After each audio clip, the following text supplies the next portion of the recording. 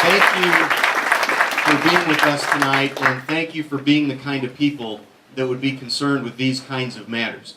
And contrary to what it says here, I'm not going to take some time to talk about myself. I will mention one thing. I almost said no to this offer to be the moderator because it's a little bit too close to the word moderate, and I didn't want to be confused as a moderate around this crowd, and I wouldn't want to ever be confused as a moderate at all.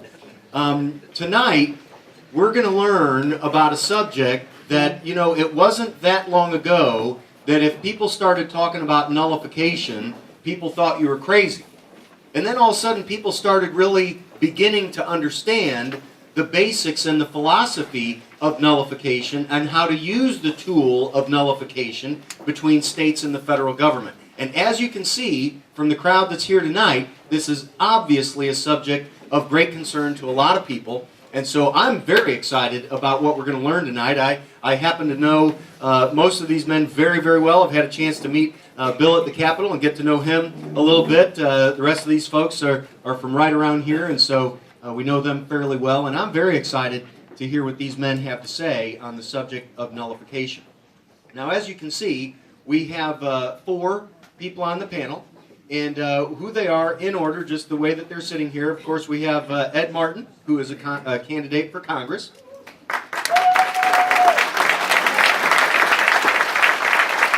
To his left, we have Bill Randles, candidate for governor.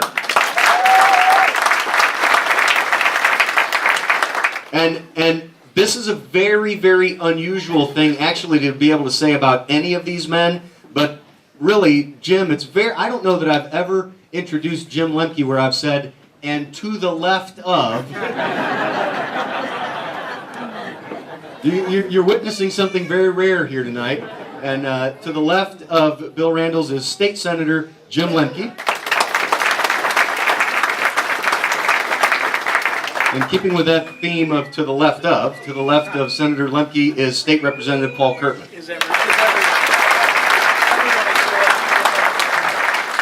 And I will mention that they are all to my left. All right, now what's going to happen is we're going to have each member is going to speak on the subject of a little bit about themselves and nullification for 5 minutes. And then we're going to ask the audience to participate and ask questions. We're going to let Ed Martin go first because he actually has to leave at 7:30. So if you do have some questions for Ed, you might want to try to do those early. So Ed, take it away. Thank you, Brian. It's great to be with so many of you. Many of you have already been talking about these issues and certainly talking about sovereignty. I think it's very, very important. I want to thank the organizers for doing this. I want to talk about this in 3 ways. First, tell a story. Then talk a little bit about the history of what's gone on in our country, and then talk about what I think is the most pressing issue that we face as a nation and as a state and really as a people. So first, I'll try to tell this story. I've been casting about how to describe what I think is the sort of fundamental problem, the misunderstanding of federal power.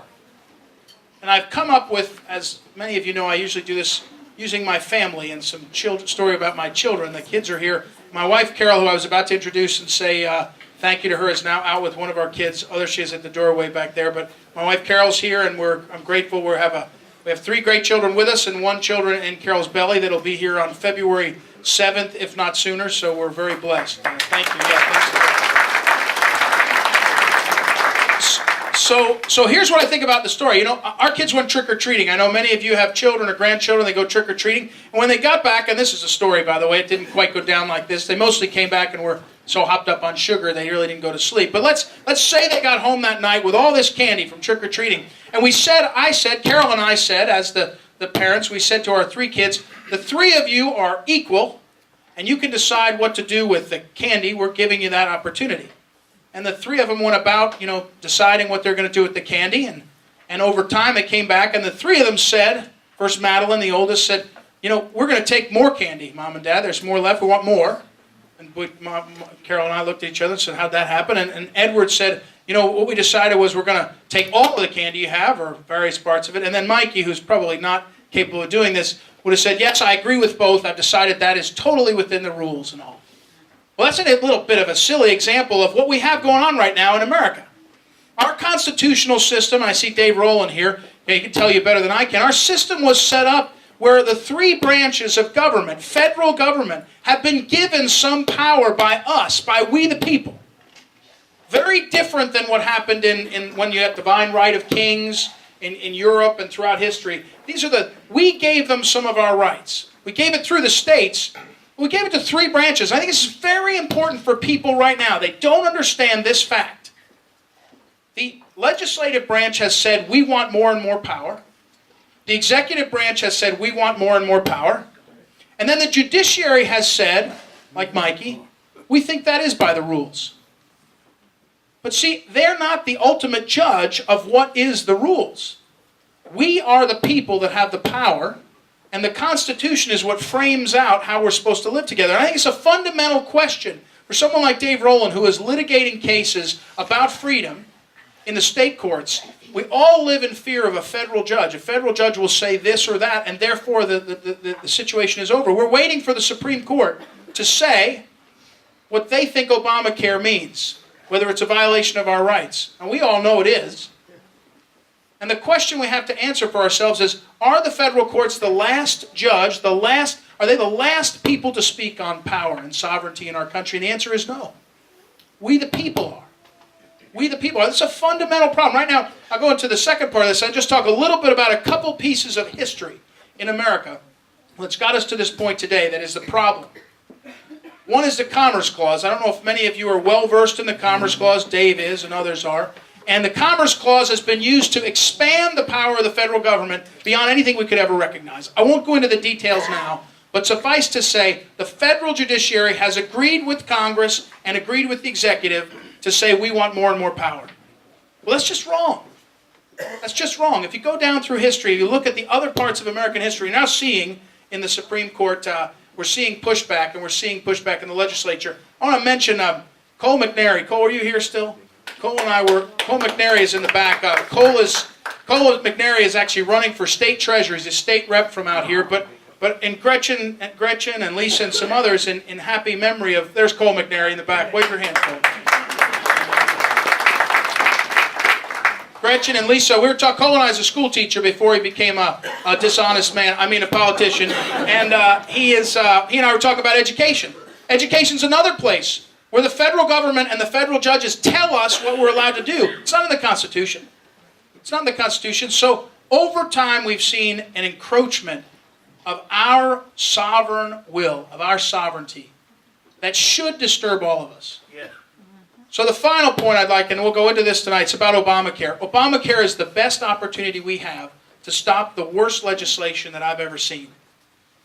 Obamacare is a unique opportunity. What I'd say, we'll have questions and answers. What I'd say is you need a couple of different things to make this happen. For us to nullify or to stop Obamacare.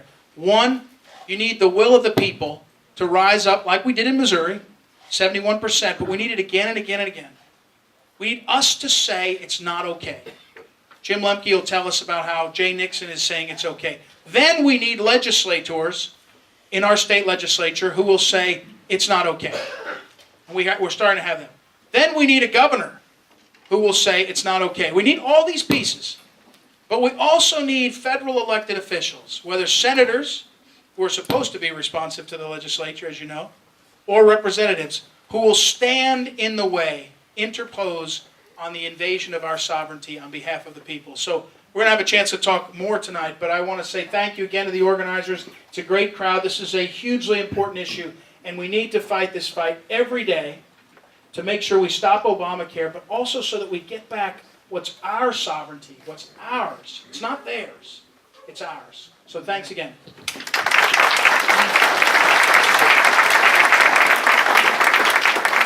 Thank you, Ed. Always inspiring to hear from Ed.